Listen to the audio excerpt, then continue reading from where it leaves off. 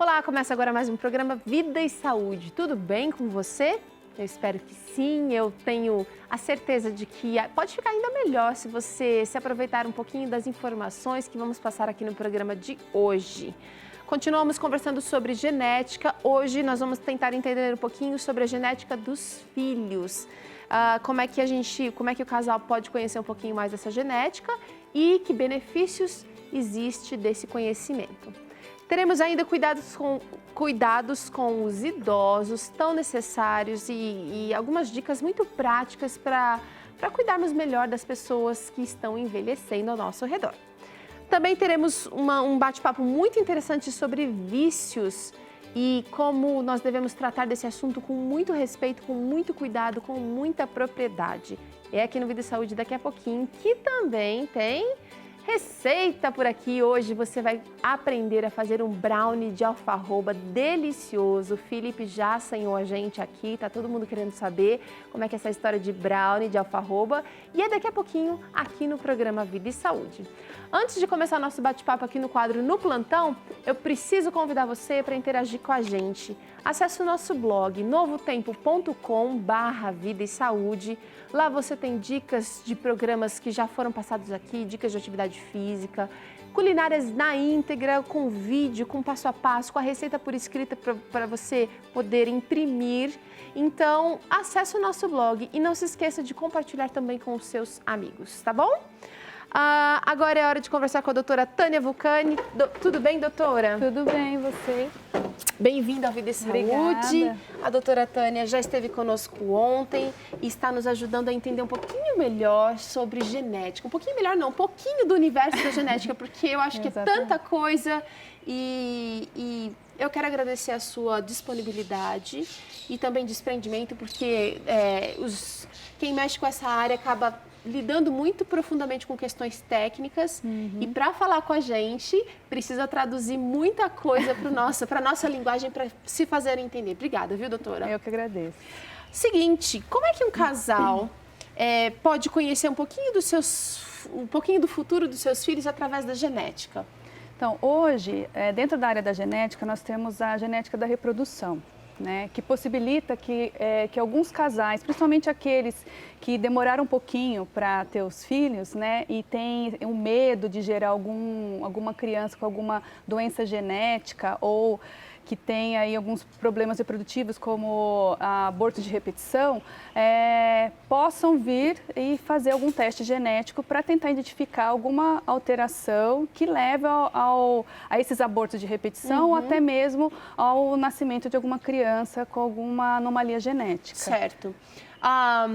Quando a gente ouve falar desse assunto, é impossível não se lembrar das aulas de biologia na escola.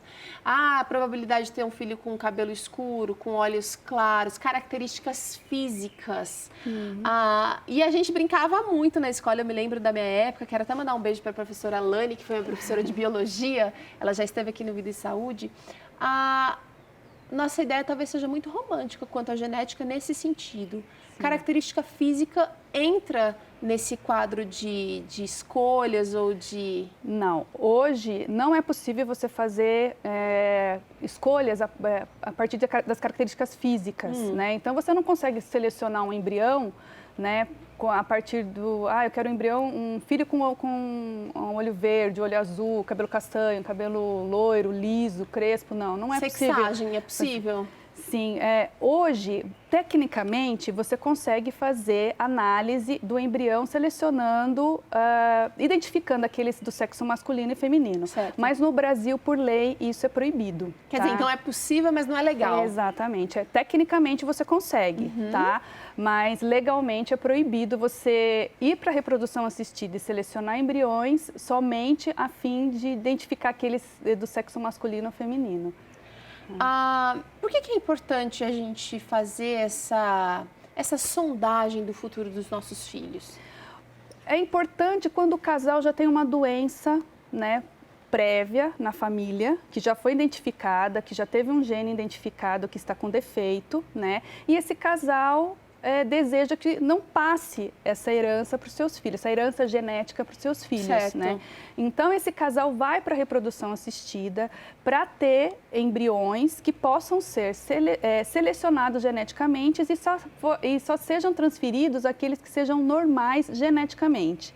Tá? Então, isso é possível. Outra possibilidade, como eu falei, é aquele casal que não tem doença na família, mas por a mulher já estar numa idade avançada, ela deseja não correr o risco de ter uma criança com alguma síndrome genética. Então, ela vai para a reprodução assistida para selecionar aqueles embriões geneticamente saudáveis. Certo. Né? Então, essa é outra possibilidade. Então, a questão aqui da genética dos filhos é realmente saúde.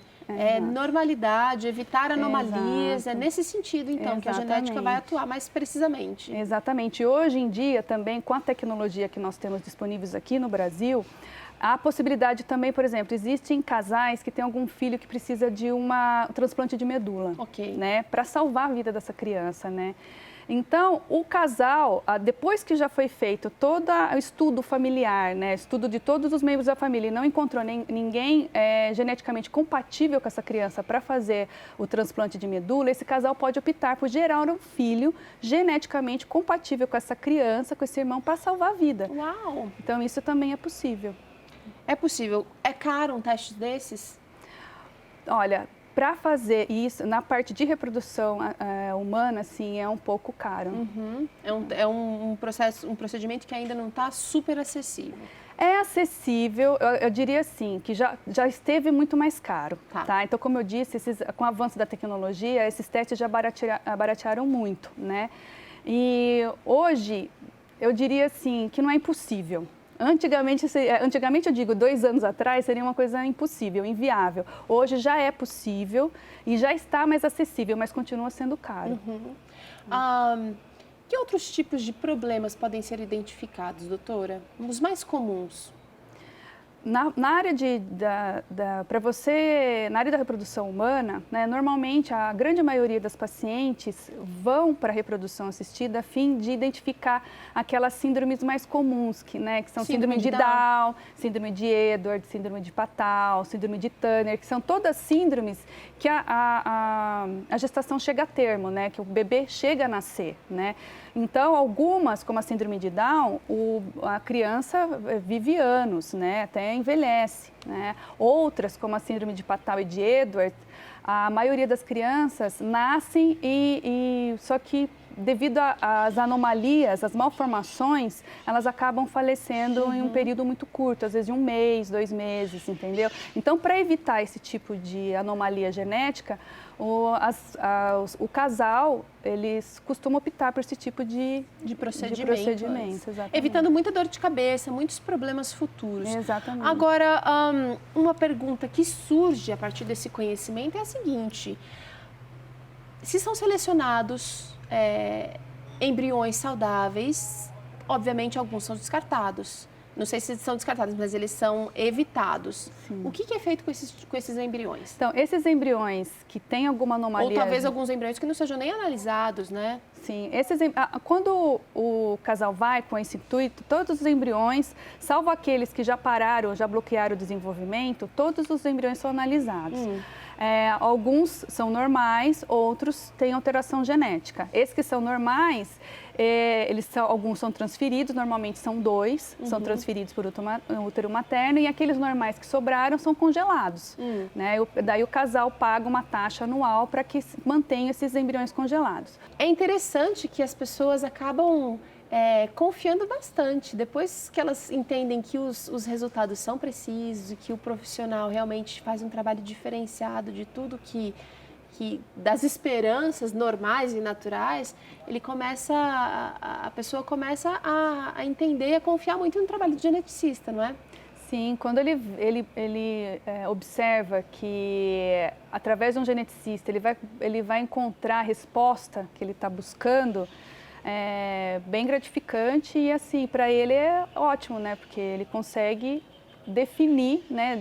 Ele consegue resposta àquilo, tudo que está acontecendo com ele naquele momento. Agora, nesse caso, o geneticista também é indicado, é uma indicação Porque daí a gente está falando aqui de um casal que tenha desconfiança, né? Ou que tenha algum histórico que realmente indique a necessidade. Nesse caso, um profissional realmente que vai indicar o trabalho do geneticista.